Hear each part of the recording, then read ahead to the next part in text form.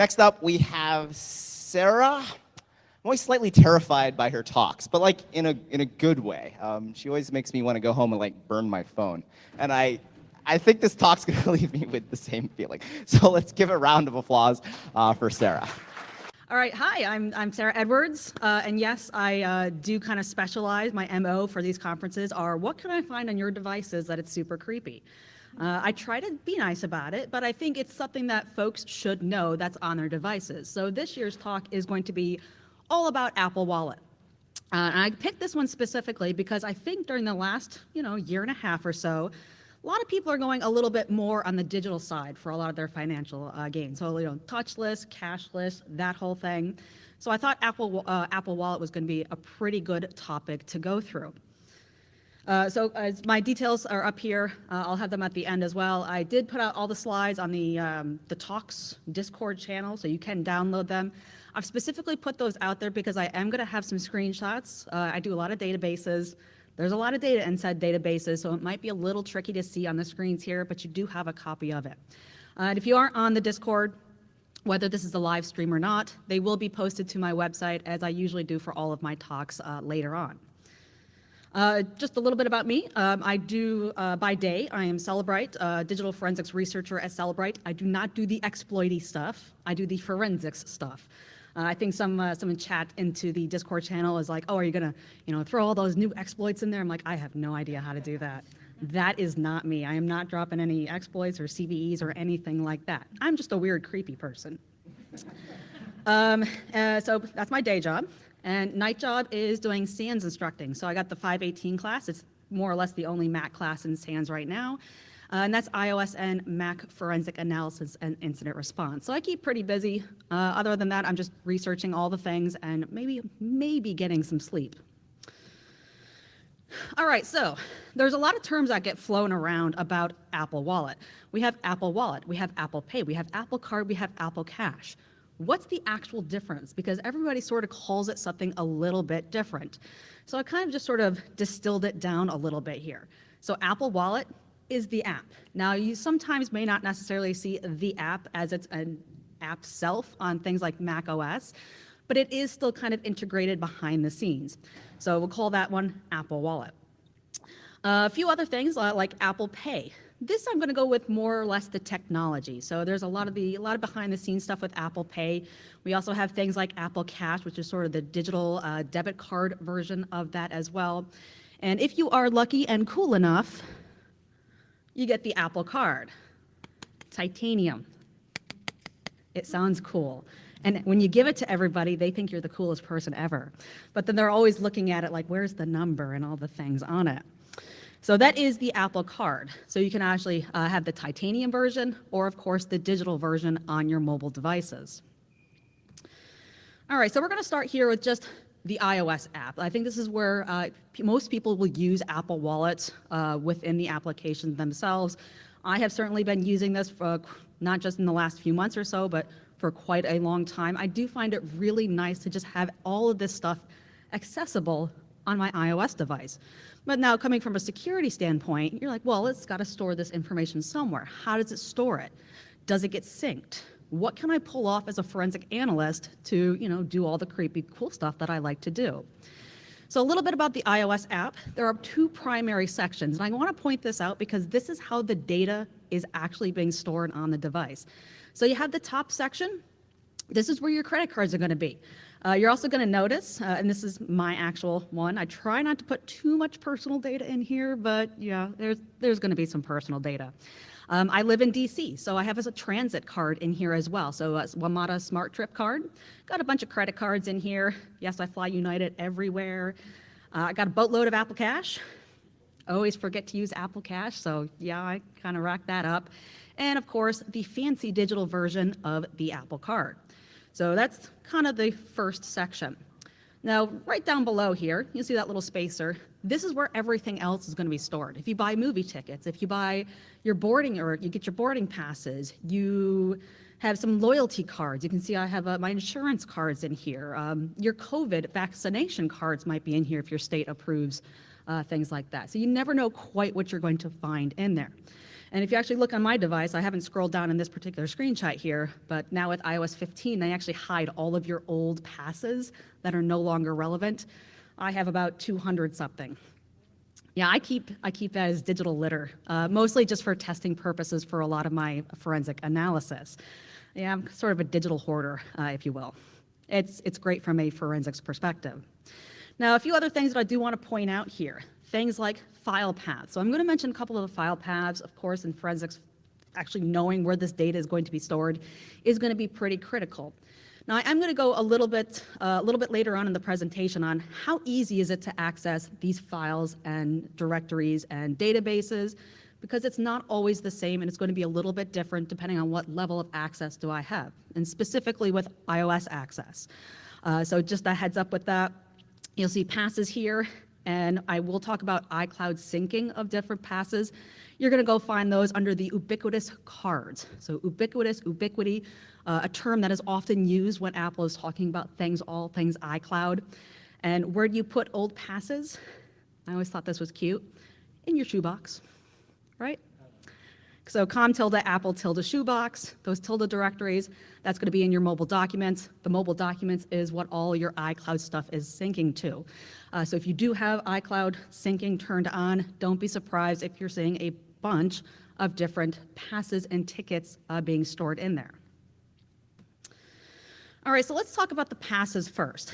So I like to go over this one because this one I think is one that most folks, if you're kind of looking at your own devices right now, you're probably going to find on your devices. It's one of the easier things to find. They're also available in iOS backups, encrypted or unencrypted, of course, full file system dumps, your Gray keys, your Cellebrites. Gotta mention the tools at some point as well. So these are some pretty interesting pieces. Now, like I said, I keep all of my cards, digital clutter. Now, I know that there's going to be some folks in here who are, as soon as they land, that ticket is gone from their device. So these things are not going to stick around persistently, but you might find that they are synced between different devices, assuming that iCloud services is turned on. So you're going to have a boatload of different pass types. I have, of course, a bunch of United tickets. I have hotel stays. I have insurance cards, loyalty cards, Starbucks cards, a ton of different things being stored in there. So when you go find these in the directories, and I'm using the ubiquitous one here from my own, this is from my own Mac system here, you're going to notice that there's these PKPass package directories. So they look like directories to me, but they are actually in a package format. And they have this really strange number, just a base64 number. I haven't found any reason to unbase64 that, but that's how it's going to be located in the database. So that's just a heads up there. They all kind of look a little bit strange with that one. Now, if we actually go into one of these PKPass directories or packages, you're going to find something that looks like this. There's a lot of logos in there, your United logos, your Progressive logos, whatever the ticket is actually for. The juicy bits are in that pass.json. So for once, it's not a plist file. It's actually a JSON file. Now, whenever you it's called ingesting a ticket. So you check in for your flight 24 hours ahead of time, and there's that little add to Apple Wallet number or a little button there. That's the ingestion. You're actually intaking that PKPass file directory package structure and importing it into your device. So it is reading all the information from pass.json. So a few other directories in there, but I will get into some more of the details associated with those. So every ticket's going to be a little bit different, depending on what type of data the provider actually wants to put in there. So PKPass package, again, it's just a package. It's just a directory when I'm looking at it from a forensics tool. I'm going to open up pass.json. Now, what you're going to find is that the JSON is kind of a little bit all over the place. It really depends on the provider. Sometimes there's white space, sometimes there's not. So for this one, I'm actually throwing it to JQ. Just so you can see some of the different details that are going to be stored in there. You're going to have things like the identifiers for that. This one is just an eTICS ticket. So just an example of what you might see in the GUI versus what the pass.json format actually looks like. I took the opportunity during the pandemic to actually go to a lot of the Smithsonian museums in DC when there's absolutely no tourists. It's amazing. But I would highly recommend doing that. But of course, right now you do have to get time tickets. So this is one of those tickets. So this one's going to keep track of some fairly simple things. It's just general admission. You got order numbers in here. So different order numbers, general admission, some time stamping, some description items in here. But just know that other tickets may have a lot more detailed information, specifically boarding passes. You can tell, what seat you're in, what your mileage number is, are you sitting in business class? Do you have an exit row seat? There's a lot of different bits of details that are actually being stored in these PK Pass files. All right, next up, now let's get to the juicy stuff. What is Sarah buying? What can I look to see? What cards does she have? Is she sending Apple Cash back and forth to her friends? Does she use the Apple Card? What other credit cards does she use? Does she use the transit card? Where is she going? When is she going? Just going to talk all about the main database here, and this is going to be the passes23.SQLite. So this database has been around for quite a few years. One thing, though, is if you look at this database, maybe let's say 5 years ago versus today, it's one of the databases that I have found that has drastically changed over time. Now, Apple changes their database formats and schemas all the time. Drives me absolutely crazy because I'm always having to change my queries to pull out the information that I want. This one in particular has been absolutely maddening for a whole different reason. It's the weirdest schema I have ever seen. It's just, I don't know what they're smoking when they were building this, what the developer was actually thinking, but just looking at these different tables. First off, we're looking at 166 tables. That's an insane amount. I know what some of these are containing. Some of them I have absolutely no freaking clue what's going to be stored in there. So we have some interesting things here. If you ever look for, some obscure fruits, they're going to be in here. You got your good old durian in here, your Keith.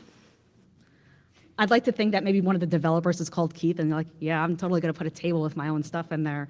I actually think it's empty, but I do think it's quite an interesting schema.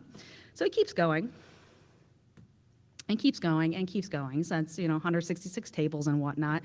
But once you start looking into the actual structure of some of these tables, what you're going to find is that it's, again, that security through obscurity.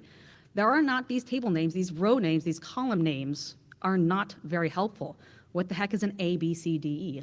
I don't know. I actually have to go in there and figure that out, which means from a forensics perspective, when I'm trying to figure out a query to pull this information out, it takes absolutely forever. I can't just assume that the column number or the column name is actually what it is. Like, what's an E versus a M? I don't know. I got to kind of experiment. I got to do a lot of testing with this one. So this database in particular, giant pain in the butt. But it's got some really interesting pieces of information in here. All right, so let's first extract the cards and passes. So maybe you just want a quick listing, what kind of passes are in here, what kind of credit cards are associated in here. So what you're going to find with a lot of these screenshots is that I kind of go back and forth between a test device and my own device. So for the sake of trying to keep some of my personal information still private, you'll notice that some of this is still test data. So if you're like, oh my God, I can't believe she's showing this kind of information, I'm pretty sure I redacted whatever I wanted to redact, but you never know. You might get some useful information out of it. But this one is definitely one of my test devices. And we can see that I got the query here. I'm not going to show you the SQL query for each of them. Some of the other transactional information is quite a bit larger. I am going to release these queries as part of my Apollo project a little bit later on once I kind of polish it up just a little bit. But I do want to show you that there is some structure to this. I am joining a few different tables here. None of the fruit tables in this particular query. Those come out in other places. But this is just going to show me things like, when was this ticket or when was this credit card actually added to the person's Apple Wallet? So we have this ingested date here. This is going to tell me when this was ingested versus a modification date. So this is going to tell me, say if I ingest a airline boarding pass, if I get a seat upgrade or something like that, it wants to update the pass, it wants to change that, or maybe it's the gate has changed, whatever reason it gets modified, that timestamp is also going to be pretty useful to me to start putting context to this. So I'm using all this data to figure out what was the user doing at a particular time period. If I'm used to trying to take this information and maybe pivot off of it, maybe look for other applications, other data files. Maybe I'm interested of when they were doing some traveling and things like that. So I have these timestamps. I have either if it's a card or a pass. You're going to notice that the cards here, you'll notice that they do sound like credit cards. It's Apple, American Express. This one's just a gift card. The WMATA, the Washington Metro transit card is in here. And they all have the bundle ID here of the pass type, paymentpass.com.apple. So that's a really big kind of identifier to say this one is more financially based versus, say, an Eventbrite ticket for a movie or an event, or my Starbucks gift card. But this pass type here does provide a little bit of context. If I really need to know, for whatever reason, when was the last time that they changed or updated their Starbucks? Maybe that is part of an investigation somewhere. I'm probably going to go take a closer look at that card. Now, with that one, I'm probably not going to find too much information for their things like their Starbucks order and things like that. But that's going to give me some information to maybe go to the Starbucks application itself. Or maybe you get emailed receipts. So I might go to email to provide a little bit more context surrounding that particular event. Other things in here, and I'm not showing you all the different things that are going to be stored in these databases because you will never see all the different pieces on these screenshots. But like, the order. How do they have these ordered? The different account numbers here, so not the full account. You'll be very happy to know that the full credit card numbers are not stored in here, so that has been verified. I would be very surprised if somebody hadn't caught that anyway. And country code information as well. So if you've got a variety of different credit cards from different countries, that would certainly be of investigative value. All right, now how about Apple Cash? So you got the Apple Card, you get Apple Cash as well. So Apple Cash is more or less just debit. It's just digital cash. If I need to send, Patrick $20 for whatever, you'll take it? Yeah. Okay. You take 40. All right, you're driving a hard bargain here. So I'll send him a message. I'll go through the little applet that they have in the messages application. Say, hey, here's $40, and thanks for putting on an awesome conference in Maui, of all things. So super happy to be here. Totally worth $40, right? Yes, excellent. Maybe more than that. But yeah, so I'm going to see these. These are called peer payments. So I know it's not really an interesting term, but we are peers, and I am paying them. I don't know. Send and receive. So I can sort of take this database here. I can see the transaction date, the amount, how many bucks, what currency it's actually in, sent, received. Interestingly, the peer payment handle, which is going to be their Apple ID, and a memo. So if I say, hey, this is $15 for groceries, that's going to be added in there, provides a little bit more context. All right, so cool. So what can I do with this information? Well, if I really want to know for groceries, maybe that's a code word for something a little bit more interesting. Maybe I'm doing a drug investigation or something like that. I'm going to take a look at that. Maybe that time frame is of interest to me. And I'm going to go into things like the messages application. So sms.db or chat.db, depending on which platform you are on. I want to get more context. So I only see that one message, but what were they talking about a little bit before, a little bit after? So I'm going to just kind of move over there just to get a little bit more information. Maybe it truly actually is just groceries. You never know. Sometimes this stuff is kind of boring. So I could do that. So that is one way that I could use this in different investigations. Next thing in here, you got Apple Cash. You get daily cash with your Apple Card. So they do have those percentages that come back, 1, 2, 3%. You'll notice that I have a boatload of Apple Cash because I completely forget to use it every single time. It just starts adding up and adding up and adding up. So maybe at some point I'll buy myself something real nice with my Apple Cash. But they're also going to show that within the database. And it's also going to show that it's being adjusted back and forth. So if I get a refund for something, or if I, the payment got canceled or declined, they're going to adjust this every single day, depending on what you get. And you're going to see those little messages within the application itself. Now the transit card. So transit card is a relatively new, in the last maybe year or two, depending on what city you are in. But DC finally got it during the pandemic. So I was able to actually research this without, having to go anywhere, which is kind of nice. So it's kind of interesting to see some of the location stuff being brought out here. So it's keeping track of, and you see the map in here once you go into some of the screenshots, of which start and stop station that I use this information at. So it's keeping all of those different transactions in there. I know this one's a little bit tricky to see, but we do see things like the Latin longs for these stations. So of course you can always just do a Google search for, say, Clarendon Station in Arlington, Virginia, and you're going to be able to see that. So again, this provides a little bit more context. So now I can see, okay, they were traveling on the metro from here to here. I can use this, they couldn't possibly have done that murder in the next state over. But that doesn't mean somebody else had their device. So, use that within reason, obviously. So, but it does provide, again, a little bit more context into the timeline, into the device usage of this system. Next up, the good old Apple Card transactions. So I just quite literally right before I posted these slides into the Discord, sorry, that's the fancy one. These are my recent transactions. So this does get a little bit personal, but these are all the things that I've been doing in Hawaii. So we can see a couple things here. My card got declined. Darn, right? For whatever reason, Apple Card, they do not have really high credit limits. So with the airlines and all the fancy flights and cabanas that I've been buying, oh well, it actually is a really good example. You'll also notice somewhere, well, in the next screenshot that I actually do pay off my credit card as well. So it actually shows some really quite useful information. So I went to Tommy Bahama, had a couple drinks there, some of the ABC stores.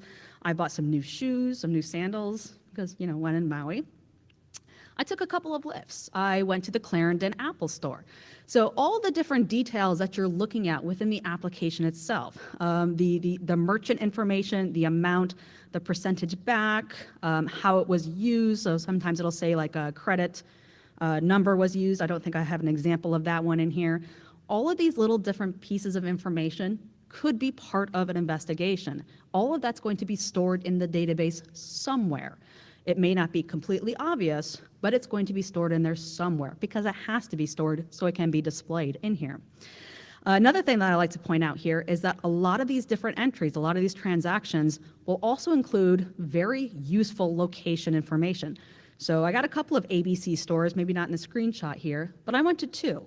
I went to one in Lahaina, and I went to the one that's right over here in Whalers Village. Now, if that's going to be part of my investigation, I want to be darn sure of which one that transaction actually was at, so that can actually put a device at a particular location. So there is a whole other table with just location-based information. All of this lovely map information, all built into this same database. Now here's the database output. So it looks really nice in the GUI. In the database, maybe not as nice to see. So I'm extracting a few different things here. Again, there's quite a bit more information, but just the status. Was it actually completed? Was it a declined transaction? Is it still pending? You're going to notice that some transactions do end up pending for a while before they actually go through. So whether it was purchased, whether it was a payment, whether it was a refund, all of these different types of transactions can really add to some useful information. So yes, I did pay off my credit card. US dollars, card type, payment type, all your standard stuff. Name, merchant category. There's actually quite a bit of more merchant information. And again, that just provides more context. Okay, which ABC store did she go to at a particular time? Now, one thing it's not going to tell you is, what did I buy at said ABC store? You have absolutely no idea. Now, one thing, especially with Lyft, Lyft is great because, okay, I'm doing an investigation. I want to know where did they take a Lyft from. I see $119 here. That must have been a heck of a trip. For this one, this is actually a combination of a couple of Lyfts. So this is on 9/24. This is when I was flying out. So I went from home to Dulles, and then from OGG to, Lahaina, actually. So a couple of trips, they get merged in together because they try to do those Lyft transactions at the end of the day. So it's not just a single transaction or a single trip. I can't tell that from this database. So I do have to provide or get a little bit more context to start putting the story back together. In this case, if I was looking for Lyft, what does Lyft email you? The receipt. The receipt also contains a little map. The map has a start and end. It has the timestamps. It has the driver. It has a lot of information being stored in there. So this is a great database, but I'm going to have to use this in some other application data as well. All right, now once you start actually looking at all the data, I should actually mention, this one is just synced on the Mac. So I pulled this off of this Mac right here. All of these transactions were just done with the Apple Card, either the physical card or my phone. This was on my Mac. So once you start using Apple Card, it wants to sync everything, which for me is great. For you, you may not want that being synced in there. So Apple Card is very particular. It wants to be on all the different devices. I will kind of do a TLDR with all the syncing stuff in just a little bit. Now, how about if I have multiple cards? So, my card got declined. I'm going to use another credit card to buy whatever I was going to buy at that one store. So I'm using a bunch of different credit cards. I'm using transit cards. I'm sending and receiving Apple Cash transactions from all my friends with all my different Cabana rentals and things like that. So you might see something that looks like this. You see the Cash Pure payments, the purchases, going back and forth, back and forth. Now I'm going to look at the whole database and start putting all these together. So I'm not just going to focus on a single credit card. I'm going to bring it all together. So I can just sort of sort by the transaction date and see where I'm at. Quite literally, if you plot this out and start looking at all the merchant information, you can plot this out on a map and see exactly where I was at any given point in time. That is really useful investigative information. Now this one's just my test device. We see a lot of different things in here. But we see I do go to Whole Foods. I go to Starbucks. I go to a bakery called Bake Shop. It's a fantastic bake shop in Arlington. I go to Phil's Coffee. You got to get some coffee in there as well. So it's going to show me, where does this person like to buy their groceries? Where do they get their coffee? Do they get coffee at the same time every morning? That could be potentially useful. We see patterns in this data as well. A few other database goodies here, because I know I'm running up on time here. Things like shipping information. You get a lot of things like the UPS tracking codes being stored in there. I've also put here the database table names, because this is where the fruit comes into play, apparently. Blackberries and passion fruit. A lot of the credit limits things for Apple Card is in oranges. More details are in raspberries and strawberries. Again, it's really weird why they use fruit names. And then they use just, normal table names like Maps Merchant. That has all my location, all those little maps associated. So those Latin longs, all the addresses, the phone numbers, that merchant information. And a bunch more transaction stuff. Again, 166 different tables, probably 90% of which I have absolutely no idea what it's storing. But it looks like so cool information. It's just not immediately obvious to me what the purpose of that is. All right, so a little bit of TLDR. Where is the data going?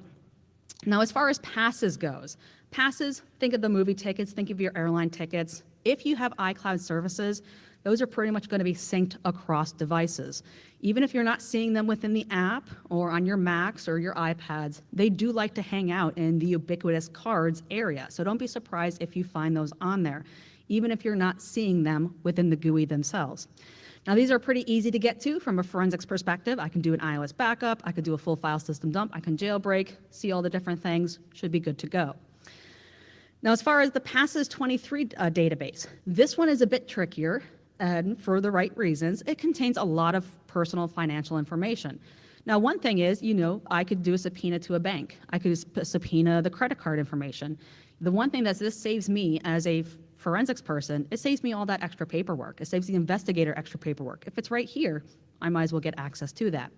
So they do make it a little bit trickier to get to, but we're going to be able to get those with full file system dumps, jailbreak dumps, and assuming your Mac is not encrypted, or if the forensic investigator doesn't have, passwords and all that stuff, it does get protected. It's still quite available, however. Other credit cards, these are a little bit more interesting. Because they don't get synced. Apple Card loves to sync all the things. All the other credit cards, it's pretty much only the transactions that were done on that device. So if I only used one of my credit cards, the non-Apple card, on my phone, those transactions pretty much stay on that phone. It's not going to be synced across all the other ones. And it's not going to know, like, I just used the other card. There is no syncing between MasterCard or Visa themselves. Just the Apple Card does most of the syncing. And then we have transit. Again, this is on a per device basis. So don't be surprised if you're not seeing it because you're looking at Mac, because there is no transit information on the Mac itself. All right, so that is it. A little, I know, quite quick, but it's a big database. So thank you very much. There's a few other things I think folks should keep in mind, and of course, I'm going to try to do as much research as possible. I'm very interested in the car keys. If someone wants to buy me a car that has the car keys, I would very, very happy to give that a go. I'm interested in the identification, if only from a legal perspective. You know, you get stopped by law enforcement, you want to show them your ID. What's going to happen? You just unlocked your device, which makes things a heck of a lot easier from a forensic acquisition point of view. So that is going to be certainly a very interesting thing to keep an eye on. Apple Family Cache. I don't share my cache with my family, so I have absolutely no idea. And there's a bunch of other stuff. So again, this is one of the databases and apps that keeps adding more and more and more information. Probably more fruits in the future. Maybe they're going to add more vegetables. I'm not entirely sure. SQL queries are going to be available on my Apollo project. So I've presented on Apollo here before, Apple Pattern of Life, Lazy Outputter, or all the creepy stuff on your devices, all nicely outputted for you. My blog is here. The slides are going to be uploaded to that, but you already have them in the Discord channel. The Forensics 518 class, if you're interested in seeing all the other stuff that I teach about, and of course my Twitter information if you have any other questions. So thank you, and not surprising, I still went over time.